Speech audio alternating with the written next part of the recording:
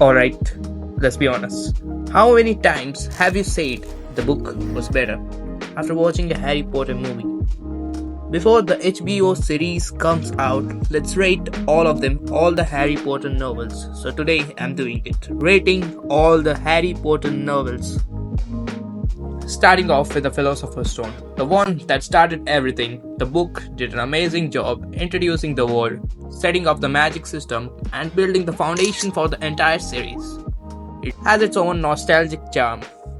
You get the first sense of Hogwarts, their friendships, the kid forms, of course, the main characters. Even though, compared to the latter parts, the story is a bit shorter and not as interesting or exciting. I'm putting the first book in B type.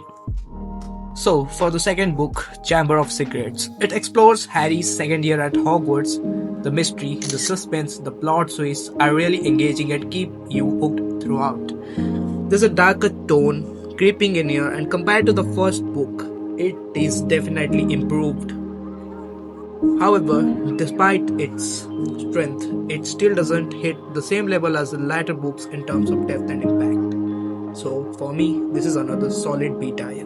Now, it's time for the Harry Potter and the Prisoners of Azkaban. This part felt really special. It introduces some great new characters and brings a much more thrilling, interesting plot. You can clearly see a big upgrade in the character building and development compared to the earlier books. The story feels more mature, more layered, and honestly more emotionally engaging.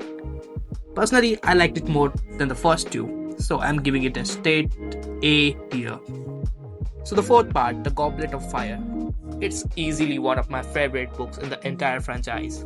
And honestly, if you've only watched the movie and haven't read the books, you're missing a lot of great stuff that the movie didn't just cover. What makes this part really stand out is how the story actually progresses. Breaks away from the usual pattern we've seen in the earlier books and takes a completely different approach. We get introduced to several important characters and at the same time some truly crucial events start unfolding the shape and the rest of the series. And talking about Harry's journey, it becomes way more intense and bizarre, and honestly, way more dangerous.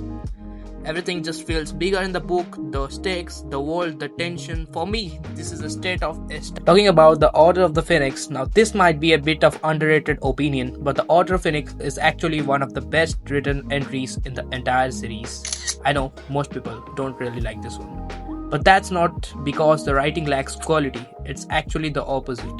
The real reason is its tone. It's much darker, sadder, and honestly more depressing than the other parts. This is where the story really slows down and takes its time, focusing deeply on the characters and their development. And yeah, that's also why it ends up being the longest book in the series. But all that slow build up pays off. Because by the end, the emotional impact hits hard. It's not the easiest book to enjoy, but it's definitely one of the most impressive. For me, it's solid A type. Talking about the Half-Blood Prince, the next book in line, Half-Blood Prince, is once again a really strong entry in the series.